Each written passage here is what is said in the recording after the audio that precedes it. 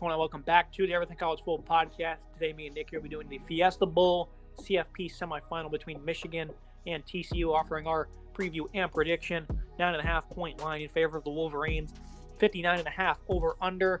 New Year's Eve, 4 p.m. Eastern Time on ESPN. State Farm Stadium in Glendale, Arizona is the site of this one. First meeting all time between these two schools. Looking at this TCU offense, this is a pretty good unit. This is a very disrespected football team.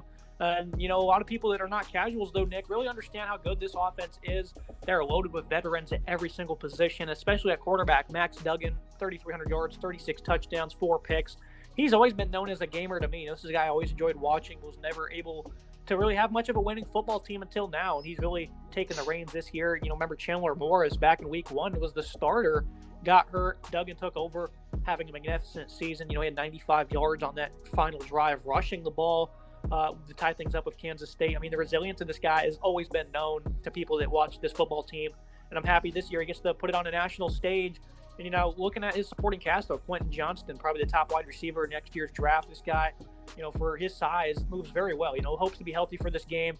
Certainly battled some health the last couple of weeks. But I do, expect, about 30 days off the rest. This 215-pounder Johnston, who has 53 receptions, 900 yards, and 5 scores, will be good to go. And this is a guy a lot of people are going to be impressed with, Nick. I think this is a guy that's really going to have a big-time game in Glendale. You look at Tay Barber and Darius Davis, 2 other seniors that have been around a long time. They both have 30-plus receptions, 400-plus yards. Savion Williams had some great receptions this year, 29 grabs, 392 yards. And then my favorite player on this offense, Kendre Miller, one of my favorite backs coming into the year, 1,342 yards, 17 touchdowns. He's found the end zone in every single game this year, all 13. Miller, this is a guy who's great after contact. He's a powerful back, fights through. And then I think most importantly with this offense, Nick, is the interior offensive line has ridiculous size. Steve Avila at guard leads the way. Alan Ali as well. He's having a really good year. These guys are 6'5", 320. That's the range they're in on the interior. Top to bottom, this is a really good TCU offense that a lot of people have probably not watched this year, but I think they're going to see a pretty impressive showcase in this game on ESPN. It's an exciting moment for TCU, who make the playoffs for their first time in history. A lot of people felt they got snubbed in 2014 after they won the Big 12, had one loss. They got left out of the playoff. They were 6th in the rankings and was the first ever playoff that year. They ended up stomping Ole Miss in the Peach Bowl that year, 42-3. And this is their first bowl appearance since 2018 when they won that ugly Cheez-It Bowl against California. I'm sure real college football fans remember the absolute disaster that game was. But this will be a fun one for them. They're back in the playoffs. This offense is great. Sonny Dykes, Garrett Riley, these guys know how to coach an offense. This offense is high-flying, ton of points, ton of yards per game, and a lot of balance. You saw it with Duggan be able to carry the ball on that last drive. Like you said, 95 total yards on the ground for him on that last drive. Duggan's a serious dual-threat weapon, quarterback at times. I love the talent there, 3,300 total yards passing, 64.9% completion percentage, 30 touchdowns, 4 interceptions for him, plus the 400 yards on the ground, the 6 scores. This offense is so fun to watch. I love the balance they have. Kendre Miller is a serious back. 1,300 yards on the ground, 17 scores for him. He runs people over, really talented back. Love the speed he has. Excited to see what he can do. Quentin Johnston as well, great wide receiver, nearly 1,000 yards receiving in the 5 scores despite the injuries. Tay Barber, Darius Davis, these guys are fantastic. This wide receiving core is great. This offense is great. I love the points they have put up per game. I love the speed they have.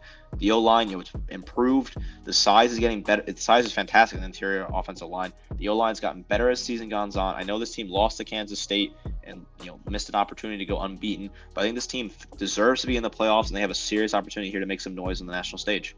Like you said, Garrett Riley coming together with Sonny Dykes, 2 phenomenal offensive minds. It's really led to wonders for this offense. Even in the game against Kansas State, they lost 250 passing, 200-plus rushing, 6.4 yards per play.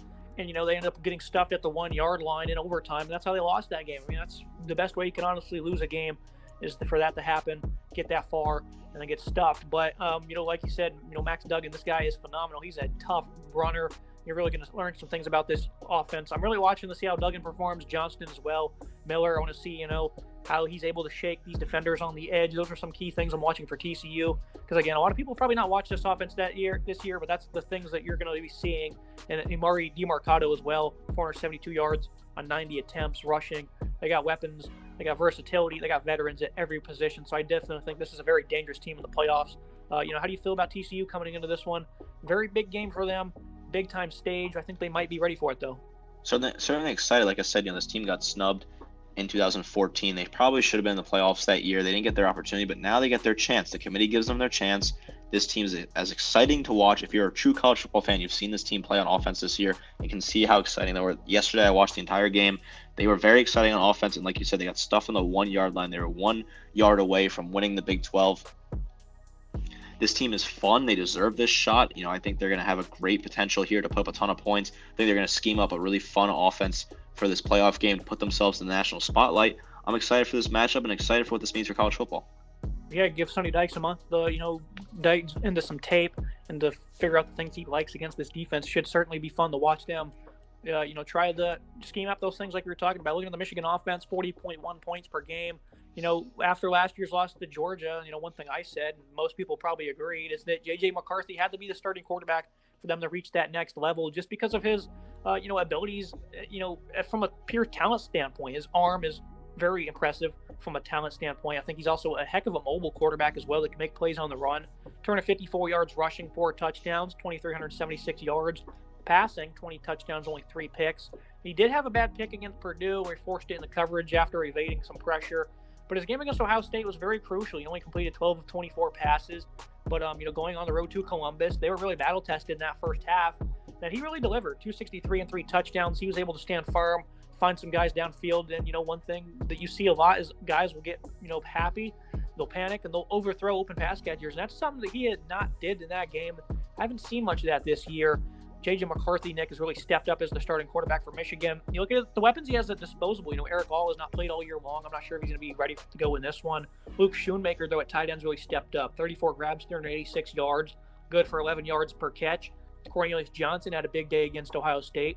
30 grabs, 469 yards on the year. And then Ronnie Bell, they were very happy to have him back from a torn ACL. Did not play in last year's playoff run. 56 grabs, 754 yards, and 3 touchdowns.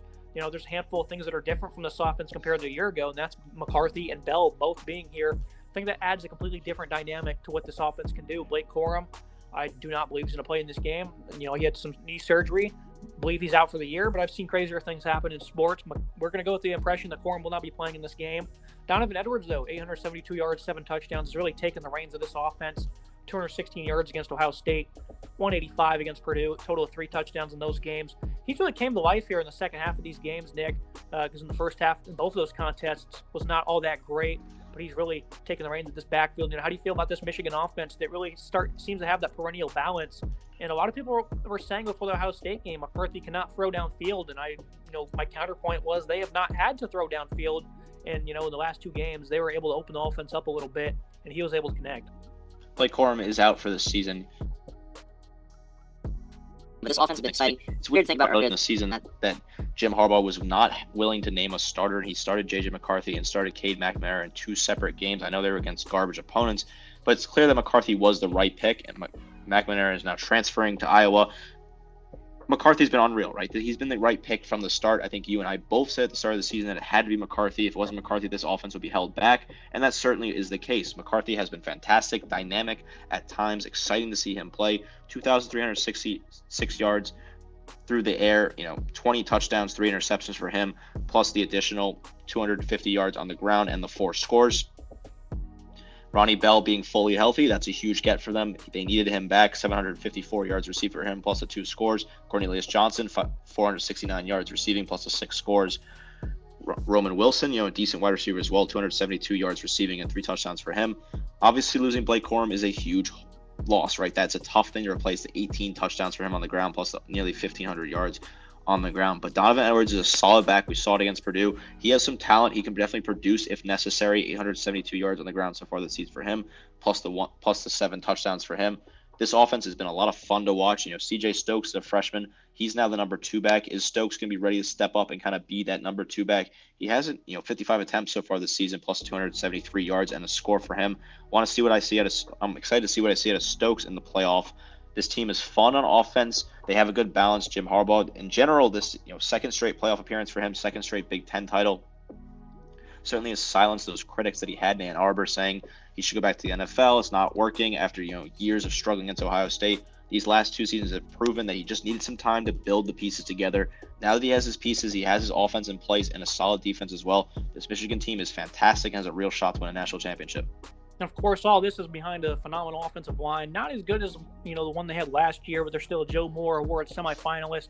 Guys like Ryan Hayes, Zach Center, they've been great. And then Victor Oluwadamati, he's been phenomenal at center from coming over from Virginia. I think Michigan, they love to play with physicality running the football, and I do think they have a pretty favorable matchup against this TCU defense, Nick, where they're 64th against the run. The defensive line hasn't exactly been very productive. I think, they struggled against Kansas State in the Big 12 title game with some big plays. Deuce Vaughn was able to tear them apart. I think this defense certainly struggles at containing the run. Between the tackles, I think they're a little bit better than you might be led on to say. But I think outside in space on the edge, this defense is very vulnerable, which is crazy to say because I think they have a lot of speed at linebacker and in the secondary, but that doesn't always lead to success for this unit. Guys like Johnny Hodges, Jamoy Hodge, D. Winters, who's their best linebacker, I would say, with 65 tackles, 11.5 TFL, 7.5 sacks. This is a defense that played very good against Texas, went into Austin and held that team in check. 199 total yards, only 28 on the ground. That was a very close game for 4 quarters. And then they turned around and struggled against Baylor, gave it 500 plus, only 404 yards against Kansas State. The Wildcats played quite well on offense, I would say, but TCU, I think, held up very well in that game, 5.3 yards per attempt. Deuce Vaughn, I thought he had a pretty respectable contest as well. This is a defense, Nick, that's for the most part not been great, but I think they're a lot better than they were in the middle part of the year. Baylor obviously is a big whiff, but, I was pretty happy with how they played against Texas and Kansas State. The inconsistencies have certainly burned this defense. It's really hard to assume what we're going to get here in this playoff game. Dylan Horton, though, is stepping up defensive line the last couple of weeks. This guy did not have much production, but the last 4 weeks he's amped it up. At least 1 tackle for loss in the last 4 games. He's also had, 3.5 sacks as well. This is a guy that was phenomenal for them a season ago, and he's stepping up at the right time as well. Demonic Williams, a true freshman at defensive tackle, 6'2", 320. This is a defense, Nick, that has some pretty impressive players, especially in the front 7. But what version are we going to see? Because this is a pretty favorable matchup, I would say, for Michigan, considering the theme of this run defense this year. Michigan, they love to play with physicality, and they're going to really run it down your throat. And I think TCU, that's really where they've struggled this year, is defending the downhill running game. I do think they've been better at times, though, but it's really tough to expect the best of this defense here against this tough opponent. We did see TCU struggle at times against Deuce Vaughn on Saturday, so it certainly is possible that this front 7 struggles. I do like the players on this front 7, like the piece they have. D. Winters, solid linebacker, 65 total tackles, 7.5 sacks for him. Jermani Hodge as well, 70 tackles for him, plus the 4.5 sacks. Then Johnny Hodges, Hodges with an S, has 76 total tackles and the 2 sacks. A lot of talent on this front 7. Horton as well has 6 total tackles for him on the defensive line. But like you said, they get beat downhill running big time. We saw it, like I said, Deuce Vaughn beat him on Saturday, had a lot of good runs for him. It certainly is possible that they could run all over this team. The Michigan offense is still enough talent, even without Corum. I think Edwards has real possibility to run all over this defense if he can find that kind of stride. I do like this front 7. I think there is talent here. But I also think that they don't really work fantastically well as a team, and they have potentially get exposed on defense. Allowing 149 yards rushing per game is a bit of a too high of a number for this team compared to Michigan's 85 yards allowed per game. So I think this TCU defense could find themselves in trouble, especially the front 7. They haven't allowed over 280 passing yards in a game since, all the way back against Kansas early October. This is a secondary that has certainly played very well down the stretch. And, they're 9th in college football, 53.9% opponent completion rating. I do have on the slide there a lot of big plays, and that's certainly something that's still true. They have some legit ballers in the secondary. Trevius Hodges Tomlinson, Jim Thorpe Award finalist. Josh Newton's been very good this year in coverage. And also like Millard Bradford as well. I think that the ability to match up in the back end is going to be pretty favorable towards TCU. You also have a guy like Bud Clark has 4 interceptions, 14 total picks on the year for this football team. Michigan, obviously, they have some pretty talented pass catchers like Ronnie Bell and Cornelius Johnson, but they're not overwhelmed with talent or athleticism at pass catcher. I think the secondary matches up pretty well, Nick, and if they can, showcase some toughness on the interior, they might have a very good day on defense. It is certainly possible the secondary does match up well. Guys like Mark Perry, Abraham Kamara, Abizior is another solid safety. I like this secondary. I think they do have potential against the pass. Like you said, the numbers are not bad for them overall in the season. I know it says 235 yards per game, but they haven't given up that many in the last few games. So I think there is potential this secondary can lock down a Michigan offense. It doesn't have a whole lot of pass catchers, and that is a sort of matchup potential here that could benefit the Horned Frogs. And if you're looking for a way that this team wins they can stop the run and force Michigan to pass, and their secondary steps up and makes big play, that is certainly a possibility that this TCU team could win. Looking at the Michigan defense, 13.4 points per game. They only give up a handful of yards as well, 277.1. Phenomenal numbers. Jesse Minter did great work with this football team. Last year they lost their defensive coordinator, Mike McDonald, after a great year one. They only returned, I think it was 3 starters, Nick, and they have had no problem replacing them here. Mike Morris, he's been battling some health as well. I anticipate he'll probably be good to go with all the days they have the rest. He's been great for them off the edge. 11 TFLs, 7.5 sacks. Got a forced fumble in there as well. Jalen Harrell, Iabi Oki off the edge. They've really been able to find a pass rush with some of these other guys, which I expected them to. Those are the exact same guys I talked about coming into the year. Michael Barrett as well, where you don't know who they are, but you will. Their veterans have been in the program a long time. They're going to be leaned on the step up, and they certainly have. Mason Graham, he's been a really good, underrated run stopper for them. And I think Mozzie Smith on the interior, he was a guy that really started to get things going against Ohio State in that second half. Chris Jenkins has 50 tackles as well. A very productive defensive front for the Wolverines. Junior Colson, of course, 95 tackles. He leads the way for them. And this is a really good secondary as well, Nick. They're getting really stressed against Ohio State in that first half. But in the second half, they really started to put things together. Will Johnson over the last couple of weeks, he's been elite. Had 2 picks against Purdue. He really started to get a good flow of what they were doing in their air raid system as the game went on. Look at Rod Moore. He's having a really good season from his safety spot. Jermaine Green, a veteran that's been around a long time. He holds up well in man coverage. RJ Moten, another safety. Then Mike Sandstro, last year kind of struggled, made his conversion over from wide receiver to nickelback full time. I think he's having a really great year. And then DJ Turner has 10 pass breakups. I just named the entire secondary, but I think they deserve the credit. They played very well this season, especially in that second half against Ohio State. Well, they did not break one bit, and that's a team that can really hurt you with their philosophy and the way they can attack downfield. Makari Page as well, he's gotten involved. This is a highly graded secondary, Nick. There's good players all around. And that does include the aforementioned Will Johnson, who's probably their best coverage defender at this point in time, a true freshman as well.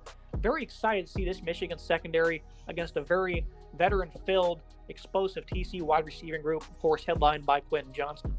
I'm excited for the secondary's potential against this TCU team. We love this defense. They've been really good this year. A lot better than I think some folks expected. The numbers don't lie. 13.4 yards allowed, points allowed per game, 277 yards allowed per game. Solid defense. I love the secondary. 22nd in pass defense. They get a lot of pass breakups. DJ Turner has 10 so far this season. Sinisteri has 7. So these guys can certainly break up the passes. Rod Moore, 3 pass breakups, 3 picks for him. Will Johnson, 3 picks for him, 2 pass breakups. Michael Barrett as well at linebacker. He has 2 interceptions. I like this defense. They spread the wealth. A lot of guys, get a lot of tackles. Of course, Junior Colson leads the way with 95 total tackles and 2 sacks. Barrett's got 3.5 sacks, 67 tackles. Rod Moore, Sinistera, Jenkins. These guys all have 50-plus tackles. The variety in the spread with this defense is solid. They get after the ball. I like what they have here. I think they have some potential here to kind of try and stonewall this TCU offense. Of course, Dykes is going to draw up something great. Dykes and Riley will draw up something fantastic. I'm certain of it. They're going to be working all month on it. But this defense is not a bad defense. Bend, don't break. They have a lot of potential to do that against this TCU offense. I'm excited to see if they can hold this team. And they were a little less than stellar against Purdue. The air raid attack, I figured they would play very well in underneath coverage against Purdue, and they didn't exactly do that. They allowed 32 completions, 366 yards. Not many big plays, but underneath they were certainly susceptible to a lot of completions, a lot of yards. Of course, they were able to hold up, especially in the red zone where, obviously, if things are condensed and it's a little bit easier for your defense. I think TCU, they can certainly look to attack you underneath. How do you think Michigan's going to, adjust to better cover things underneath while not getting beat over top? They do need to figure out a good balance to protect themselves underneath without getting beat over top. I think they're going to find a way to kind of play a little more tight on the run game to kind of protect themselves there. But I think there is a possibility to draw up a play to kind of protect that. It is possible that Garrett Riley draws something where they kind of focus on those deep balls early on, kind of lose some focus there from the Michigan team. But I think this defense kind of has enough talent to compensate for that. Yeah, I think you're going to see a lot of nickel and dime sets. In Michigan, they have a great group of defensive backs. They should be able to cover that up more than no problem there. Looking at team comparisons, TCU, I think they're going to get the edge at quarterback and wide receiver. Duggan, he's going to get the, a Heisman finalist there. In the wide receiving group, they have 3 seniors leading the way there for them. Rest of it, though, I'm going to give the edge to Michigan. Running back core, it's not bad for TCU by any means. I think Donovan Edwards, just kind of how this offensive line pushes the pace for them. I'm going to give them the edge there, but you could certainly flip it to the Horned Frogs. Defensive line-wise, though, Michigan, they're going to get the edge there, like it at linebacker and in the secondary. But TCU, they're not lacking behind by any means. TCU have a very good secondary. I just raved about them for a couple of minutes, and their linebacking core has plenty of speed as well. So Michigan gets the edge for me, but it could be closer to even. Are you feeling that way as well?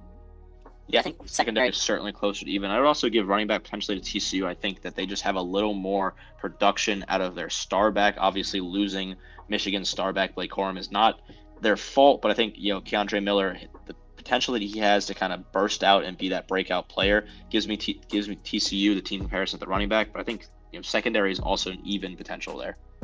Looking at the final thoughts on the prediction, keys to the game for TCU, got to be physical in the box. Really both sides of the ball, but more importantly, defensive-wise, because that's going to be the spot where Michigan wants to win the game. They want to be able to physical in the trenches. They want to run it right down at you. And TCU has certainly been, not the best at stopping the run this year. So we'll see what happens there. I think that's a big key for them. And I think set the tone with big plays on offense, like you said, uncork some deep balls early, loosen up that secondary a bit. And I think that's something they're going to look to do.